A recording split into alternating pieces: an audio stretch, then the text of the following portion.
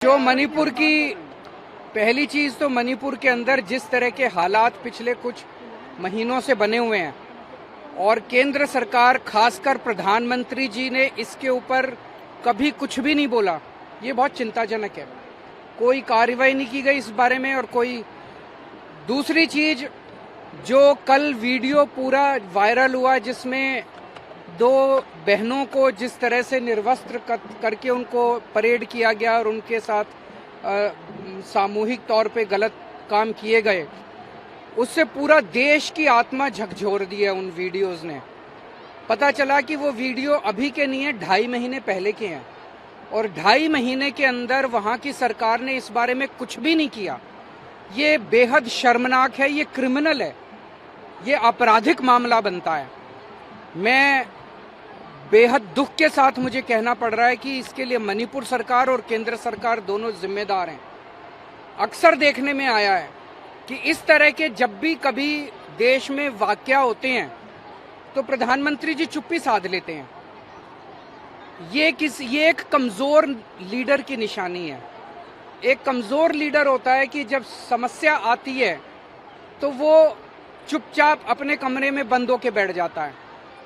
एक जो साहसिक और करेजस लीडर होता है, असली लीडर होता है, वो फ्रंट से काम करता है, फ्रंट पे आके काम करता है। जब कोई मुसीबत होती है तो फ्रंट पे दिखाई देता है नेता। ऐसा नहीं होता कि मुसीबत आने पे चुप्पी साध के और अपने कमरे के अंदर बंद होके बैठ जाओ। तो ये बेहद दुख की बात है कि 2, 2.5, 3 महीने से जब से मणिपुर की समस्या हुई है, प्रधानमंत्री जी चुप्पी साध के अपने कमरे में बैठे हैं। ये एक बहुत कमजोर नेता की निशानी है और बहुत दुख की बात है कि ऐसे सेंसिटिव टाइम के अंदर प्रधानमंत्री जी ने कोई कदम नहीं उठाया। अगर समय पे कदम उठाया होता तो हमारी इन बहनों के साथ ऐसा अन्याय नहीं होता। दूसरा, मणिपुर के सीएम का ये बयान अभी मैं थोड़ी देर पहले देख रहा था कि ये एक घटना थोड़ी है, ऐसी तो बहुत घटनाएं घटी हैं। इसका मतलब तो पता नहीं कितनी बहनों के साथ ऐसा हुआ है मणिपुर के अंदर।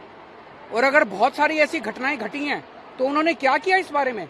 उन्होंने क्यों नहीं पकड़ के लोगों को, जो दोषियों को जेल में डाला? वो कर क्या रहे थे अभी तक? अब जब 2.5 महीने के बाद वो वीडियो सामने आया, अब कह रहे हैं, आज बता रहे हैं एक आदमी पकड़ा गया। उस वीडियो के अंदर पता नहीं कितने लोग हैं। और जो एफआईआर दर्ज की गई है वो एफआईआर अननोन लोगों के खिलाफ। वीडियो के अंदर तो सबके चेहरे दिखाई दे रहे हैं।